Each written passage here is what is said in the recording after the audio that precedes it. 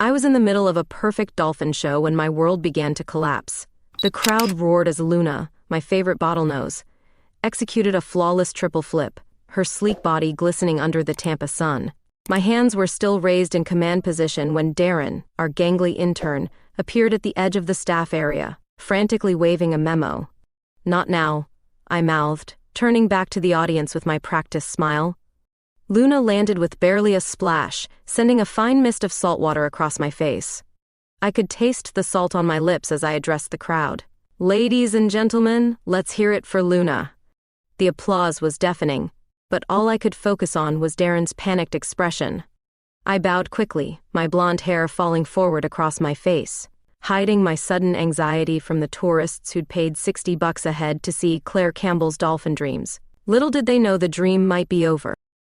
"What's so urgent?" I asked, peeling off my wetsuit top to reveal my rash guard, the chlorinated water sending a chill down my spine despite the Florida heat.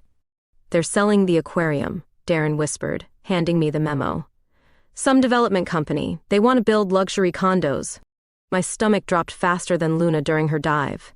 This place wasn't just my workplace. For 8 years, I'd built the marine mammal rehabilitation program from nothing. Every tank, every protocol, every rescued animal, they were like extensions of myself. "Staff meeting at 3, Darren added.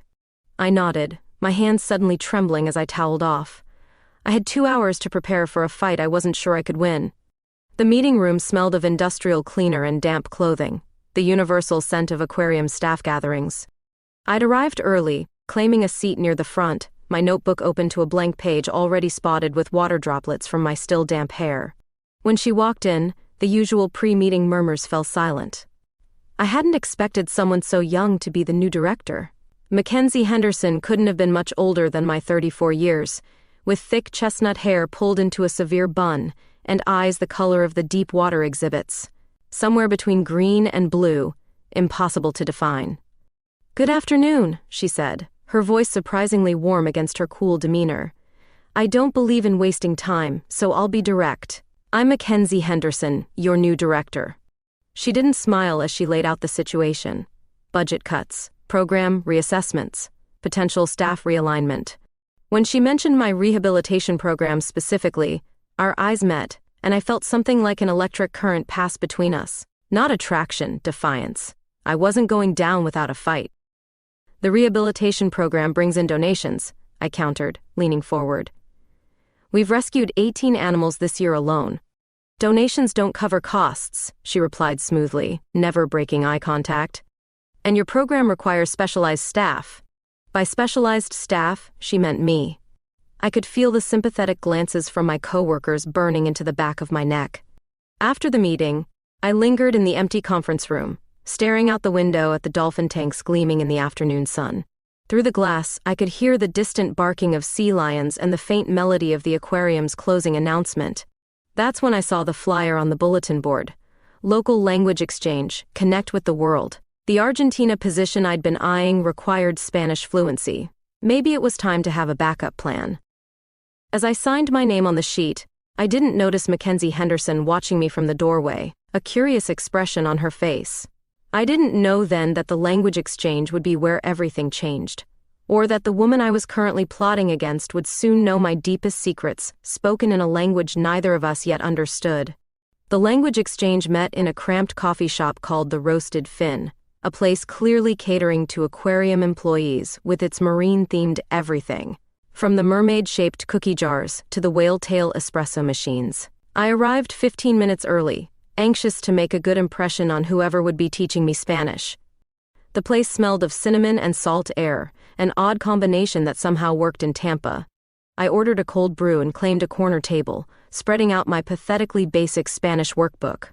Across the room, a young couple practiced what sounded like Japanese, their laughter rising and falling like waves. I was highlighting verb conjugations when I heard it, that unmistakably authoritative voice ordering an Americano, no cream. My head snapped up so fast I nearly gave myself whiplash. Mackenzie Henderson stood at the counter, her formal work attire replaced by dark jeans and a loose linen shirt that softened her edges. Her hair was down, falling past her shoulders in chestnut waves that caught the warm light of the cafe. Without the severe bun, she looked like an entirely different person. You've got to be damn kidding me, I muttered under my breath, sliding lower in my seat. Maybe she wouldn't notice me. Maybe I could. Claire? Her voice carried across the room. Too late. She approached my table, coffee in hand, her expression shifting from surprise to something almost like amusement. I didn't expect to see you here. Likewise. I gestured at the empty chair across from me, an automatic politeness I immediately regretted. Are you learning a language too? Italian. She placed a sleek textbook on the table, far more advanced than my beginner's Spanish. I'm waiting for my language partner. An awkward silence fell between us, broken only by the hiss of the espresso machine. How do you make small talk with the woman who might dismantle your life's work? Why Italian? I asked finally, genuinely curious despite myself. Something changed in her expression, a softening around her eyes, a slight drop in her professional armor. I spent a summer in Sicily during college, marine biology research. It was formative. Marine biology? I thought you were a heartless administrator? The corner of her mouth twitched. I have degrees in both marine biology and business management. The board hired me specifically because I understand both worlds. Before I could respond, a frazzled-looking man approached our table. Mackenzie, I'm Paolo, your Italian partner. She nodded, then turned back to me. And your Spanish partner? Running late, I guess. I shrugged, oddly disappointed to end our conversation. Spanish, huh? There was a knowing look in her eyes.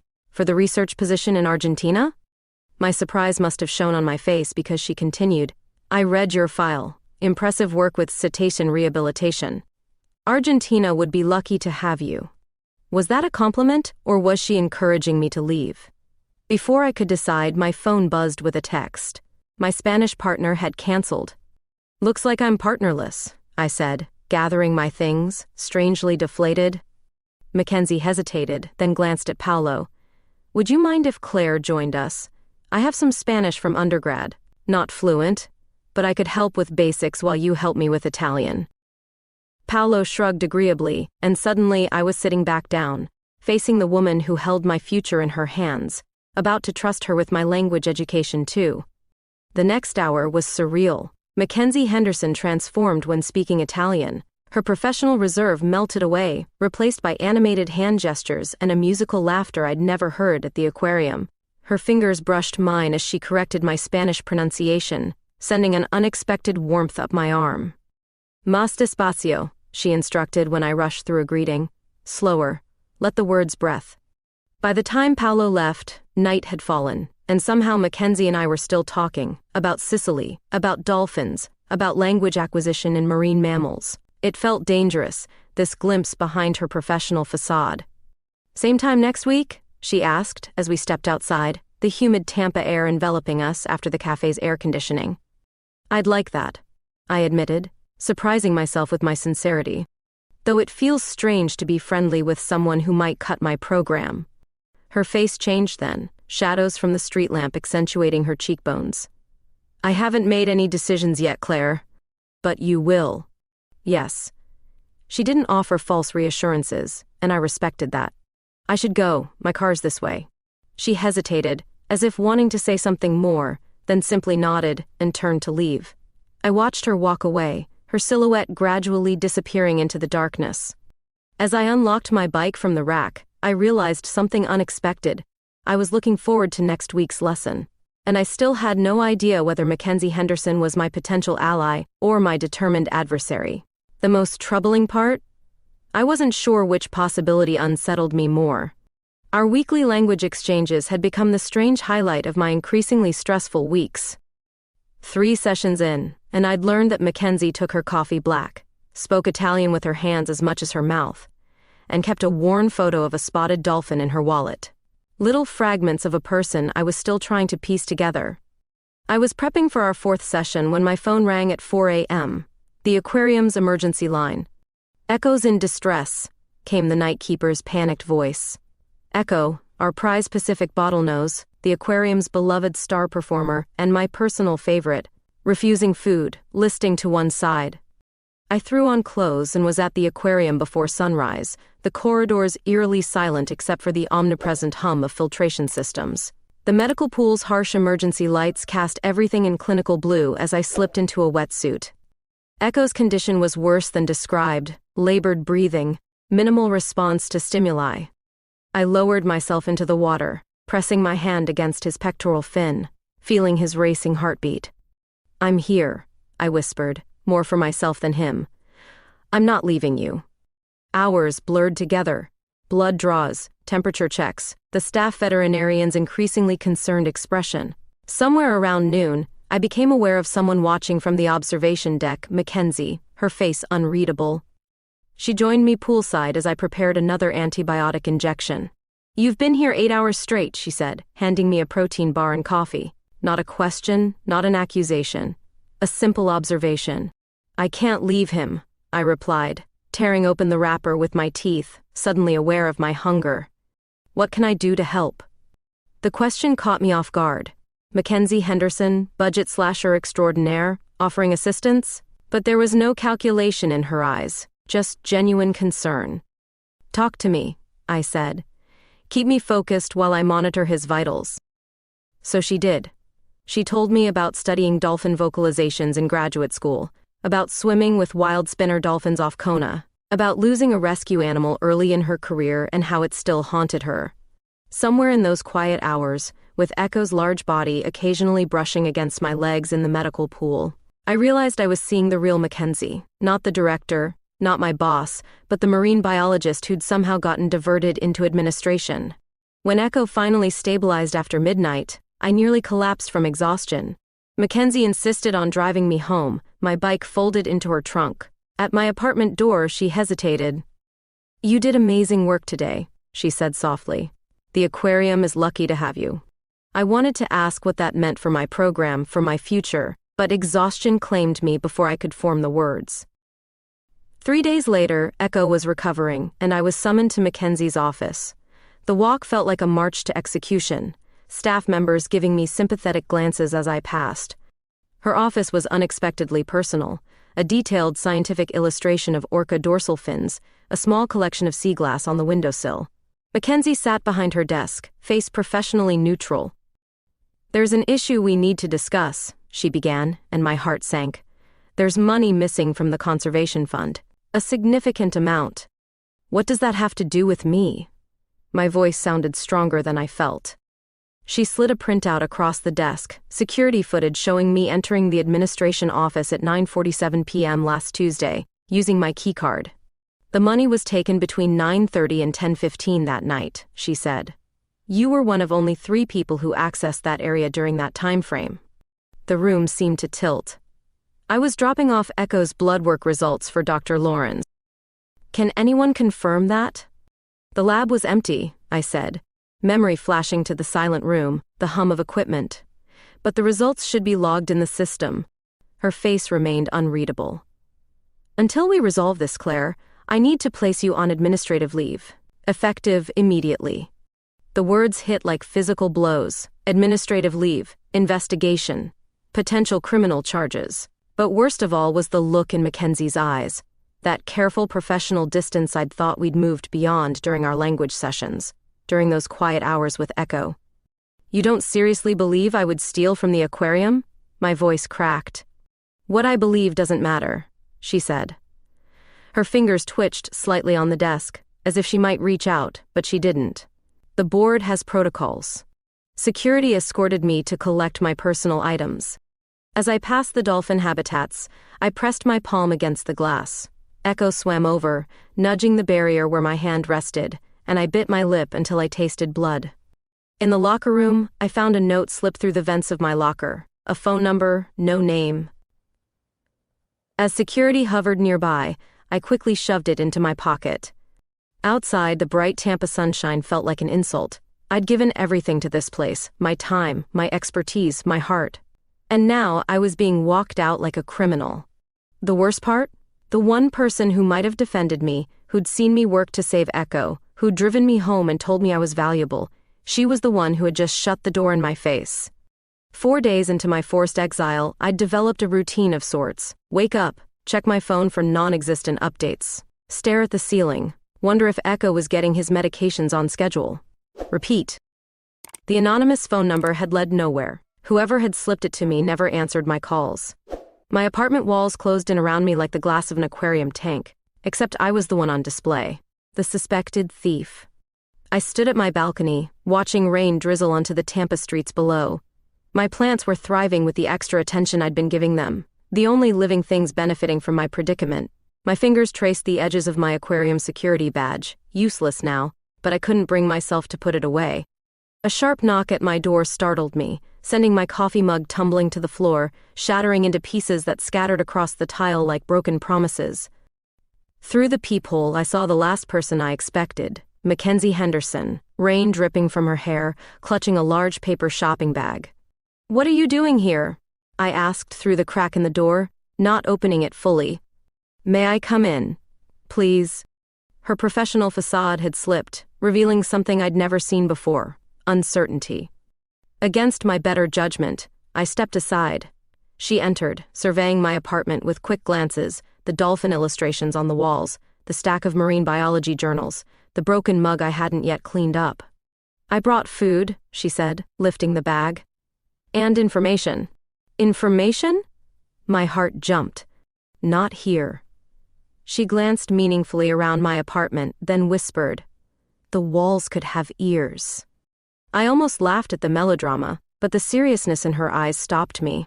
She moved to my kitchen, unpacking containers that filled my apartment with the aroma of Italian food. My traitorous stomach growled. I hadn't had a proper meal in days.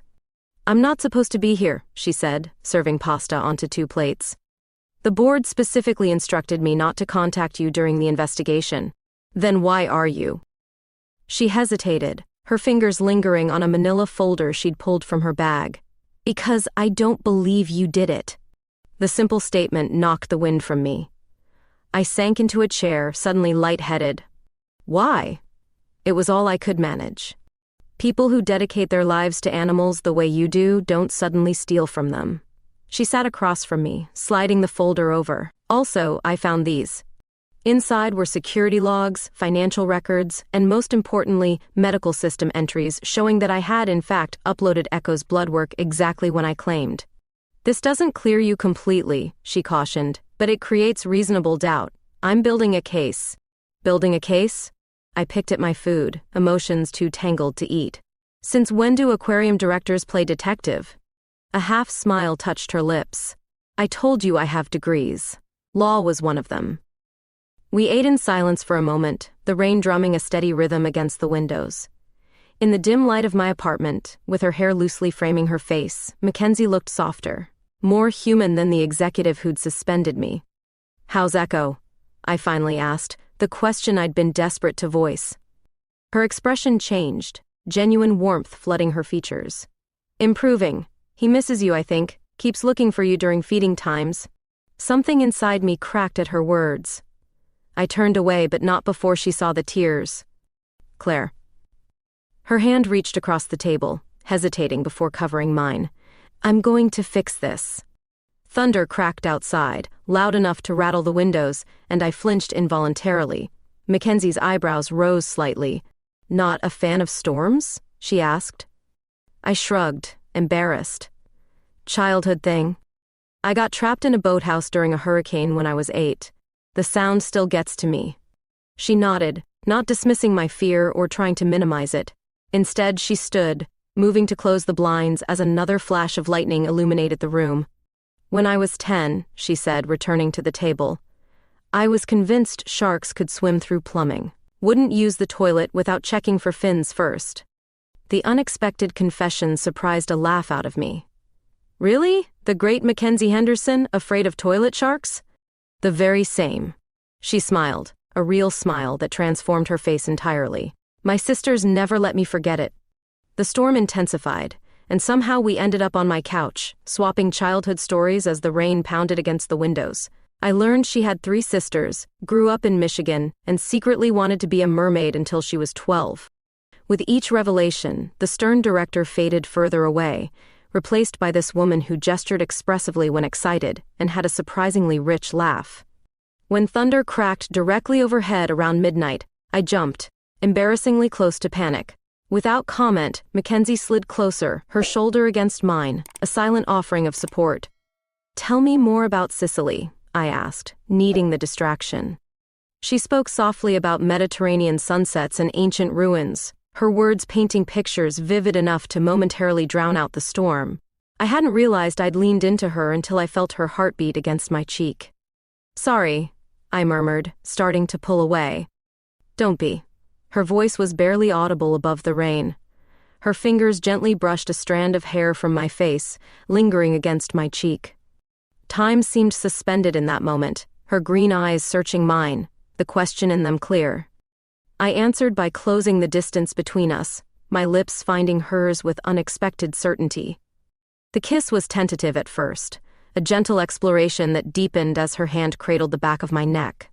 She tasted like the red wine we'd shared, rich and complex, and something awakened inside me that I hadn't felt in years. When we finally broke apart, the storm had passed, both outside my window and within my heart.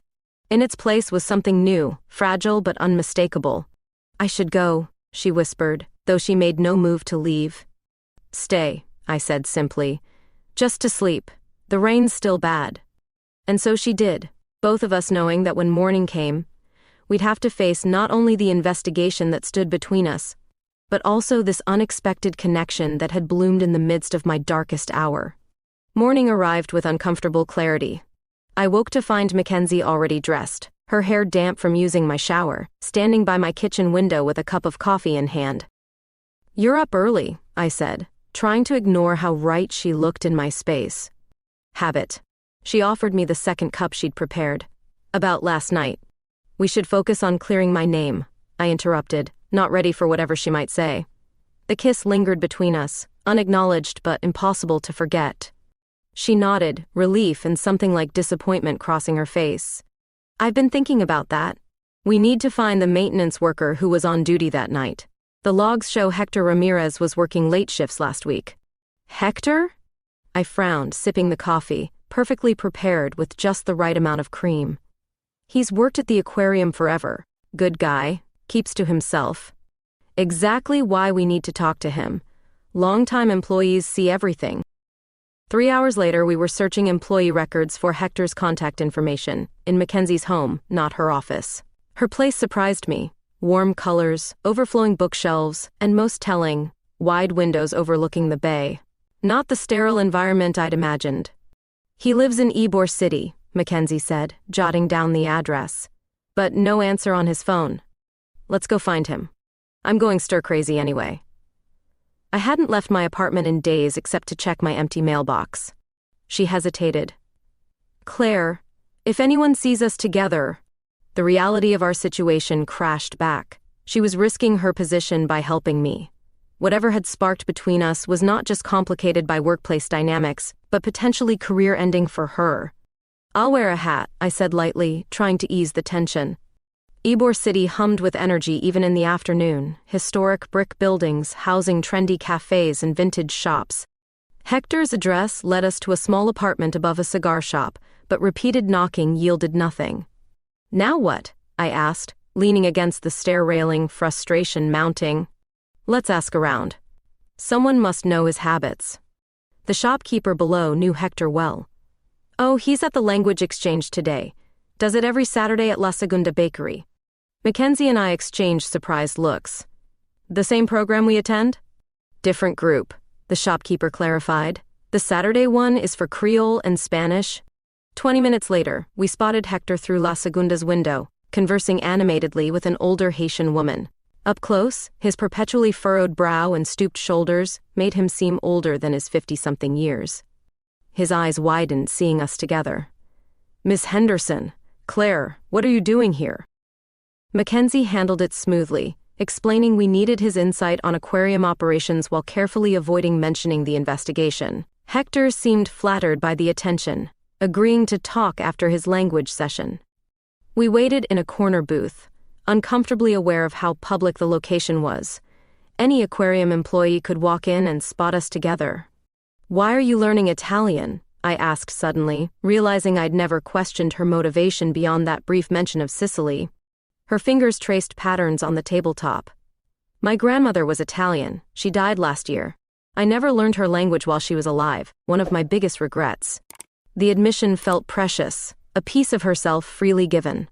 Before I could respond, the skies opened in a classic Tampa downpour, rain slamming against the windows with startling ferocity. Damn climate change, Hector grumbled, joining our table. Third flash storm this week. Mackenzie skillfully steered the conversation toward the night of the theft, presenting it as a security review. Hector's memory was frustratingly vague, until she mentioned specific timestamps. Oh, that night. Recognition dawned on his face. I remember because I was fixing the filter system in the sea turtle habitat, saw Mr. Donovan coming out of the finance office looking mighty nervous. I frowned. Richard Donovan, the financial officer? Yes, ma'am. Thought it was strange him being there so late. He's usually gone by 6 sharp. My pulse quickened. Richard had been at the aquarium for only 8 months, brought in by the same board members pushing for development. Did he see you? Mackenzie asked, her lawyer instincts showing. Don't think so. I was in the maintenance corridor. Hector's eyes darted between us. Is something wrong? The rain intensified, forcing us to wait out the storm. As we huddled under the bakery's awning, watching sheets of water transform the street into a miniature river, I felt a surge of unexpected optimism. We had a lead, a real one. We should run, Mackenzie said as the downpour briefly lessened. We dashed toward her car, splashing through puddles, arriving completely soaked. Inside the vehicle, we sat dripping and laughing, the ridiculousness of our situation temporarily eclipsing its seriousness. Your hair, I gasped, pointing at her usually perfect locks now plastered to her head. Yours is worse, she countered, reaching over to brush a wet strand from my cheek. The touch stilled us both. Raindrops raced down the windows, blurring the world outside, creating a private universe inside the car. Her hand remained on my face, thumb gently tracing my jawline. This is complicated, she whispered. Everything worth doing usually is. I leaned forward, meeting her halfway. This kiss was different from our first, deliberate, certain. Her lips were soft against mine, rainwater mingling between us, her hands sliding into my wet hair to pull me closer. When we separated, breathless, I knew we'd crossed a line we couldn't retreat from. Whatever happened with the investigation, Mackenzie Henderson was no longer just the woman who'd suspended me. She was becoming something far more dangerous, someone I couldn't bear to lose. We should get back, she said, her voice husky. Start looking into Donovan. I nodded, reality intruding once again. But as she drove through the rain-slicked streets, her free hand found mine across the center console, fingers intertwining, a silent promise in the midst of uncertainty. The next day, Richard Donovan called in sick, his 3rd absence that month according to Mackenzie's surreptitious check of employee records. We were in her home office, the Sunday afternoon light filtering through the windows, turning the room golden. Too convenient, I said, perched on the edge of her desk while she scrolled through files. Any chance you can access financial records from here? Not everything. She rubbed her temples. But I downloaded what I could before I started helping you. The board would call it evidence tampering. And what do you call it? Her eyes met mine, unwavering. Justice. We spent hours combing through spreadsheets, tracing fund allocations, and comparing timestamps. My eyes burned from staring at numbers, but Mackenzie remained focused, occasionally making notes in a precise hand. There, she finally said, pointing at a recurring pattern. Every month, small amounts from the conservation fund get transferred to miscellaneous expenses, then vanish. Started 8 months ago. When Donovan was hired. Exactly. She leaned back, stretching. It's clever.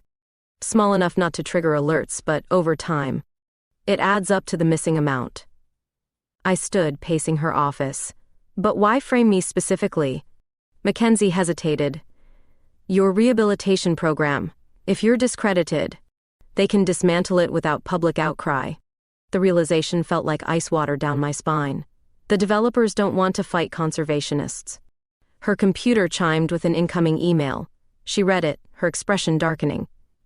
Board meeting tomorrow morning? They're pushing for a formal investigation through police channels. That's fast. Fear clenched my stomach. Once police were involved, clearing my name would become infinitely harder. Too fast.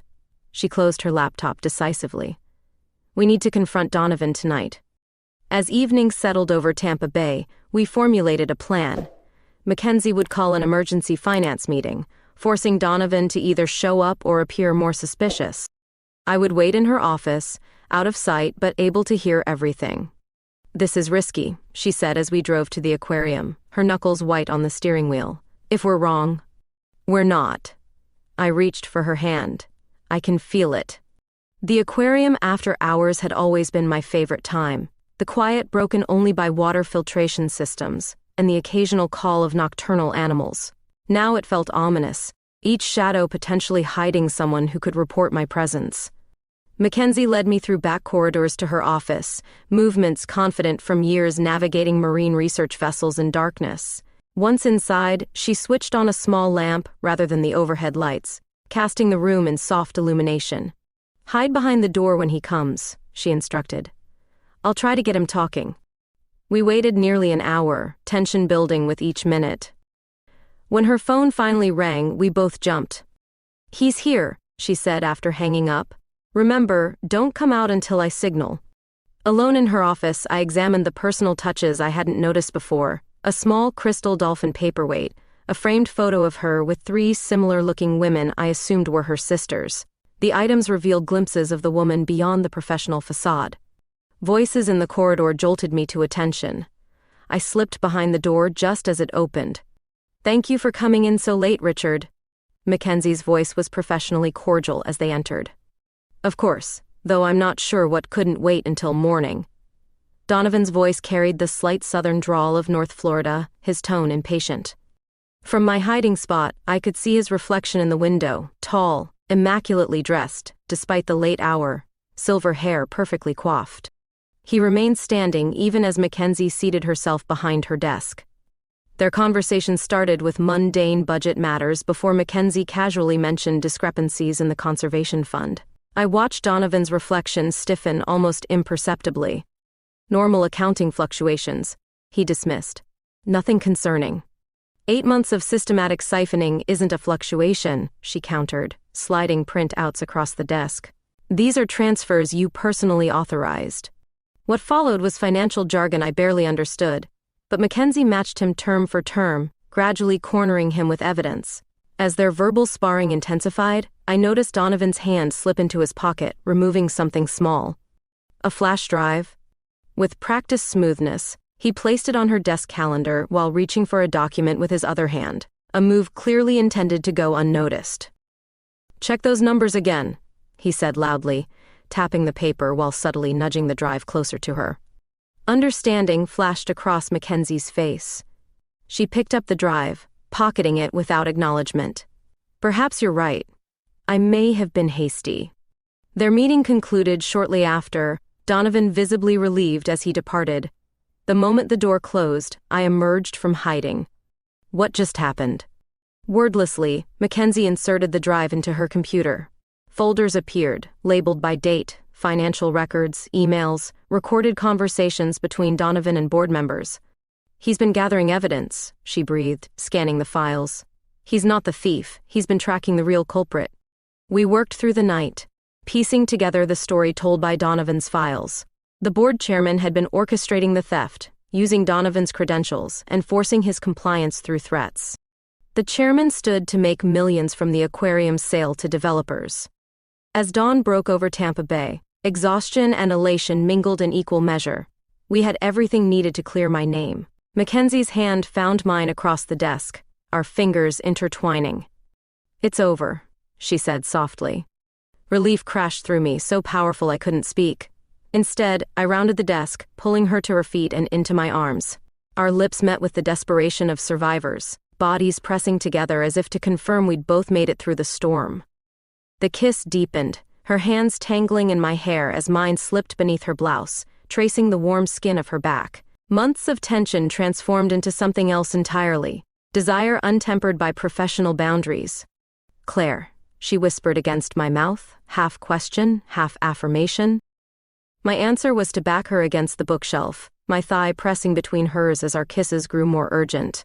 Here, surrounded by evidence of our victory, exhaustion gave way to celebration, hands exploring, breaths mingling, soft sounds escaping as professional restraint crumbled completely. Dawn painted her skin gold as clothing was loosened, as touches became bolder. In the quiet sanctuary of her office, with the evidence of my innocence humming on the computer beside us, we surrendered to what had been building since that first language exchange: connection, understanding, and something dangerously close to love. Presenting evidence to the board felt like swimming through dark water, dangerous and disorienting. Mackenzie stood at the head of the conference table, professional in every line of her navy suit, while I sat silently at the back of the room per our agreement. My presence was already pushing boundaries. These records clearly show Chairman Westfield authorized the transfers, she concluded, her voice steady despite the tension crackling through the boardroom. Westfield, silver-haired, tanned, and used to getting his way, leaned forward with a practiced smile. These could easily have been fabricated. And let's remember who you're defending, an employee caught on camera at the scene. Mr. Donovan has testified, Mackenzie began.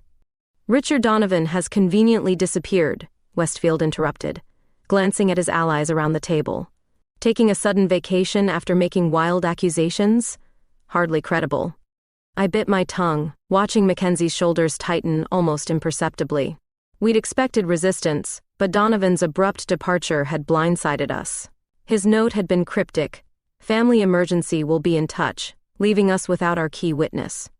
The evidence speaks for itself, Mackenzie maintained. Ms. Campbell deserves immediate reinstatement with a formal apology. The board members exchanged glances. Several looked uncomfortable, but none spoke up against Westfield. "We'll need time to verify these claims," Westfield finally said.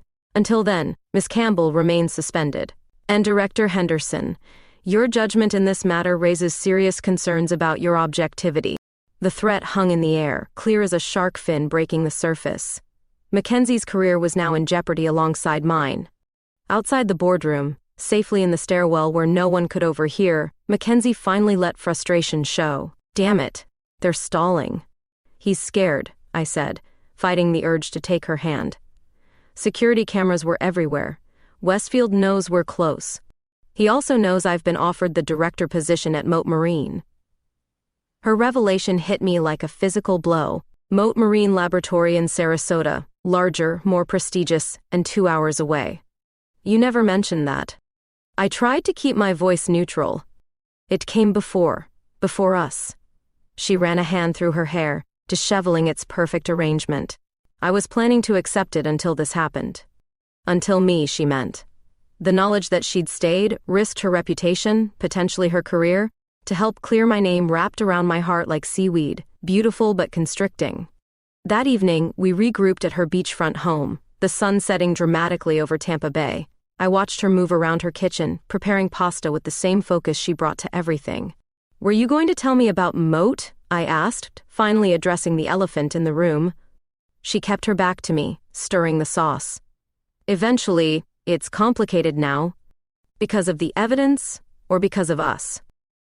The question hung between us as she turned, wooden spoon in hand, a smear of tomato sauce on her sleeve, an endearing imperfection on her usually flawless presentation. "Both," she admitted. "Claire, what happened in my office? Do you regret it?" I braced myself for her answer. No. The simple word carried such conviction my breath caught. But it makes everything more complicated. If we're seen as I involved, it could undermine the evidence. She was right. A romantic relationship between us would be the perfect ammunition for Westfield to discredit our findings, claiming I'd seduced the director to escape punishment, or that she'd fabricated evidence to protect her lover. We ate dinner on her deck, the conversation shifting to safer topics: Echo's recovery, marine conservation initiatives, her sister's upcoming visit. But undercurrents of tension remained, questions of what next, swirling beneath the surface like unseen tides. As night fell completely, the bay transformed into a mirror of stars and distant lights. Mackenzie opened a bottle of wine, pouring generous glasses for both of us. "To clearing your name," she toasted. "To whatever comes after," I added, clinking my glass against hers. The wine loosened something between us, conversation flowing more freely. She told me about turning down a lucrative corporate law position to work with marine animals, about diving with great whites off South Africa, about the small tattoo of wave coordinates on her hip marking where she'd released her first rehabilitated dolphin. "I want to see it," I said boldly, the wine warming my blood. Her eyes darkened, desire replacing professional reserve. Without a word, she stood, extending her hand to me. I took it, letting her lead me inside, through her living room to the bedroom I hadn't yet seen. In the soft lamplight, she slowly unbuttoned her shirt, letting it fall from her shoulders. My breath caught at the sight of her. Strong shoulders from years of swimming, the gentle curve of her breasts in simple black lace. She unzipped her skirt next, letting it pool at her feet before turning slightly to show me the small, elegant tattoo on her hip bone. I traced it with my fingertip, feeling her shiver beneath my touch. "Beautiful," I murmured, meaning both the tattoo and the woman bearing it. What followed was exploration in its purest form, discovering each other with the same careful attention we'd both devoted to studying marine life. Her skin tasted of salt and wine, her size like the most beautiful data points I'd ever collected. We moved together with increasing urgency, professional boundaries dissolving completely as we mapped each other's bodies in the moonlight filtering through her windows. Afterward, tangled in her sheets, her head resting on my chest, the full weight of our situation returned. Tomorrow we would have to face the board again, fight to clear my name, navigate the dangerous waters of office politics and relationships. But tonight, watching her breathing slow as she drifted towards sleep, I allowed myself to imagine a future beyond the investigation, where we worked together, equals in passion both professional and personal. "Stay," she murmured, already half asleep, her arm tightening around my waist. "I'm not going anywhere," I promised, meaning it in more ways than one. My first day back at work felt like diving into unfamiliar waters without checking the currents. The board had finally cleared my name after Richard Donovan unexpectedly returned with additional evidence, a recording of Westfield explicitly threatening him. Westfield resigned for personal reasons, and I was reinstated with a formal apology that felt as genuine as a plastic seashell. Echo greeted me with excited clicks and whistles, swimming rapid circles in his tank when I approached. I pressed my palm against the glass, emotion tightening my throat. "I missed you too, buddy." "He's been waiting for you," said Darren, hovering nearby. His smile seemed forced, his eyes not quite meeting mine. "We all have." But as the day progressed, I realized all was an exaggeration. Staff members who'd once sought my advice now gave me wide berth, conversations halting when I entered break rooms. The whispers followed me like persistent shadows, innocent but damaged goods. The trainer who slept with the boss to save her job. By afternoon, I retreated to the medical pool area, seeking solace with patients who didn't judge. I was reviewing Echo's latest blood work, when Maria, the senior veterinarian, entered. "Heard you're back," she said, maintaining a careful distance. "Congratulations." "Thanks." I waited for what would come next, the inevitable awkward question or veiled comment. She surprised me. "This place wasn't the same without you. Echo's numbers improved the moment you walked in." "Really?" She nodded. "Animals know who truly cares for them. People are slower learners." Her simple acceptance nearly undid me. "The others? Give them time. Gossip is the aquarium's fastest-moving species." She patted my shoulder before leaving, the brief human contact more precious than she could know. I stayed late, reacquainting myself with every animal, every procedure. The familiar rhythm of feeding schedules and tank maintenance slowly restored my sense of belonging. When everyone else had gone, I sat by Echo's tank, watching him swim lazy circles in the blue-lit water. "Tough day?" I turned to find Mackenzie in the doorway, still in her director's outfit, charcoal skirt suit, hair in a perfect bun, but with her shoes in her hand, stockinged feet silent on the damp floor. "Nothing unexpected," I said, suddenly aware of how carefully we needed to navigate this space. At work, we'd agreed to maintain strictly professional boundaries. The aquarium had cameras everywhere. She sat beside me, a professional distance between us on the bench. "The board called an emergency session this afternoon." My stomach dropped. "About us?" "About me." Her voice remained even despite the tension in her shoulders. "They've received complaints about my personal involvement in your case." "Who complained?" "Does it matter?" The perception exists. She stared at Echo's graceful movements. They've asked me to consider the Moat Marine offer. The implications hit me hard. The board wanted her gone, too loyal to staff, too thorough in her investigations, too threatening to their development plans. And our relationship, however discreet we'd tried to be, had given them the perfect weapon. Will you take it? I asked, the question feeling like broken glass in my throat. I told them I needed time to decide. We sat in silence, watching Echo, both aware of the security cameras recording our appropriate professional distance, unable to show the comfort we longed to offer each other. Later that night, in the safety of my apartment, Mackenzie arrived with takeout and exhaustion shadowing her eyes. The moment the door closed, she melted into my arms, professional armor falling away. I hate this, she murmured against my neck, pretending I don't care about you. I know. I held her tighter, breathing in her scent, that maddening blend of expensive perfume and sea air. We ate on my balcony, city lights replacing the stars Tampa's light pollution obscured. The domesticity felt both fragile and precious, sharing food, refilling wine glasses, our feet tangled together under the small table. If I take the moat position, she said carefully, we wouldn't have to hide. Different institutions, no conflict of interest. The thought of her leaving sent panic spiraling through me. 2 hours' drive might as well be an ocean when managing demanding animal care schedules. And if you stay? She set down her fork. The board made it clear our relationship would be deemed inappropriate. One of us would need to resign. The unfairness burned. So I clear my name just to lose my position anyway? Or I lose mine. She reached for my hand.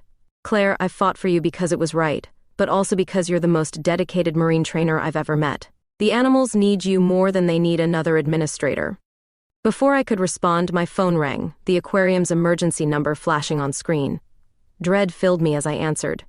Echo had taken a turn for the worse. We rushed to the aquarium, professional distance forgotten in our hurry. The night staff had already called Maria, who met us at the medical pool, face grim. Possible pneumonia, she said, reviewing the symptoms. His immune system is still compromised from the previous illness. The next hours passed in a blur of medications, tests, and monitoring. I slipped into the pool with Echo, supporting his blowhole above water when he seemed too weak to surface himself. Mackenzie worked alongside Maria, researching treatment protocols and contacting specialists across the country. Near dawn, Echo's fever finally broke. As the immediate danger passed, I found myself sitting on the pool edge, feet dangling in the water, Mackenzie beside me in the same position. We were both soaked, exhausted, and oblivious to anything but the rhythmic sound of Echo's breathing. I can't leave them, I said quietly, watching the dolphins' slow circles. Not Echo, not any of them. I know. Her hand found mine underwater, hidden from view. I wouldn't ask you to. And I can't ask you to give up Moat. It's an incredible opportunity. She nodded, her profile sharp against the dim light. So where does that leave us? I had no answer. We sat in silence as the aquarium slowly came to life around us, staff arriving for morning shifts, the distance between us growing with each new person who entered. The night's closeness retreated like the tide, leaving us stranded on separate shores of professional propriety. 2 weeks after Echo's crisis, I stood in the sea lion habitat, clipboard in hand, watching our newest rescue adapt to his surroundings.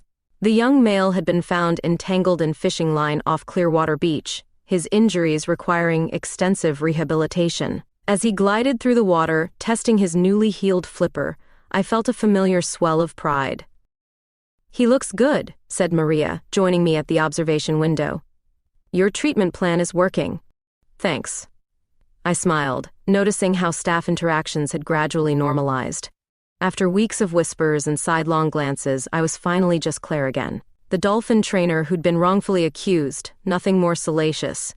Heard about the fundraiser tonight, Maria continued. Sounds impressive. The Moonlight fundraiser had been Mackenzie's final project as director, an exclusive evening event showcasing our rehabilitation work to Tampa's wealthiest donors. After tonight, she would officially transition to her new role at Moat Marine, her resignation reluctantly accepted by a board that couldn't refuse her final condition. My complete reinstatement with a promotion to head the expanded rehabilitation program. We hadn't discussed what would happen to us.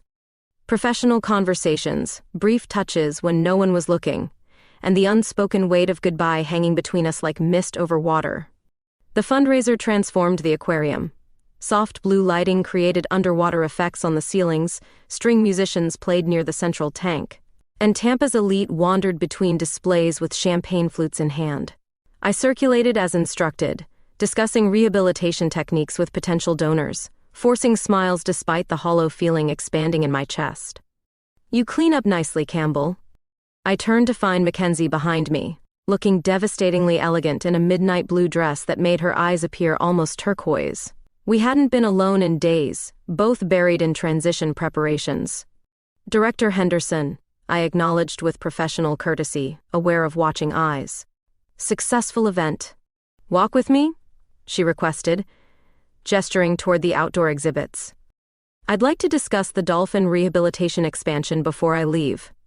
Outside, the night air carried the promise of rain, the tang of salt from the bay mingling with expensive perfumes from passing guests.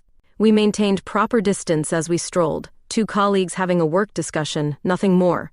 "The board approved the full budget for your program," she said, when we reached a relatively private viewing area. "The paperwork will be finalized Monday." "That's incredible. Thank you." I wanted to touch her, to acknowledge what this victory had cost her. "I have something else to tell you." She glanced around, ensuring we weren't overheard. "I've been offered a position here in Tampa." My heart stuttered. "What?" "Florida Marine Institute wants to establish a joint research and rehabilitation center. They need CO directors, one specializing in marine mammal rehabilitation, one in administration and funding." Understanding dawned slowly. "Two directors?" "Equal partners," she clarified. "Working with both the aquarium and moat, but independently funded. No board oversight. And no fraternization policies," I added, hardly daring to hope. Her smile, small but radiant, was answer enough. "I recommended you for the rehabilitation director position. If you're interested." "If I'm interested?" I nearly laughed from the sudden lightness in my chest. "Mackenzie, that's Miss Henderson." A server approached, interrupting our moment. "You're needed for the presentation." With an apologetic glance, she followed the server back inside, leaving me alone with possibilities expanding like ripples across still water. The presentation was Mackenzie at her professional best, articulate, passionate about marine conservation, commanding the room with quiet authority. Standing at the back, I watched donors respond to her vision, checkbooks opening as she outlined the future of marine rehabilitation in Tampa Bay. When she introduced me as the heart of our rehabilitation program, calling me to the front to explain our work, our eyes met with perfect understanding. Professional in public, partners in private, we could navigate these waters together. Later, as donors departed and staff began cleanup, we found ourselves beside the central tank where it had all started. Echoes swam lazy circles above us, fully recovered and seemingly pleased with the evening's excitement. "We make a good team," Mackenzie said quietly, standing close enough that our shoulders almost touched. The donors were impressed. "I'm staying," I told her, watching Echo rather than meeting her eyes, afraid my expression would reveal too much to any observing staff. "If the offer still stands." From the corner of my eye, I saw her smile, professional but with warmth meant only for me. "The Institute is sending contracts next week. 2 offices, adjoining, on the waterfront. I've always wanted a water view." Another staff member approached, pulling Mackenzie into a conversation about donation allocations. I moved away, maintaining our careful public distance, but carrying the private knowledge of our shared future. The Moonlight fundraiser continued into the night, becoming the most successful in the aquarium's history. As the last guests departed, Mackenzie found me on the observation deck overlooking the bay. "Ready for one last official act as director?" she asked. She led me to the rehabilitation pools where 3 rescued sea turtles, healed, tagged, and ready for release, waited in temporary holding tanks. The night release had been planned for weeks, a symbolic finale to her directorship. Together, we loaded the carriers onto the aquarium's research vessel.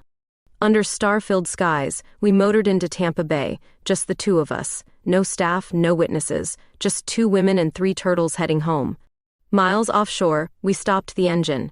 In comfortable silence, we released each turtle, watching them disappear into the dark water with powerful strokes. After the last one vanished, Mackenzie turned to me, moonlight silvering her hair.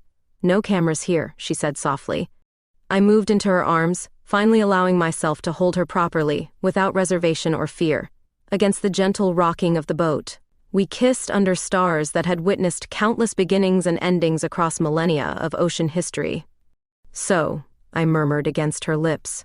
"Partners?" "In every way," she confirmed, her arms tightening around me. The Florida Marine Institute didn't know it yet, but they were getting far more than two experienced directors. They were getting a team forged in crisis, strengthened by adversity, and bound by something neither of us had expected to find in the professional waters we navigated.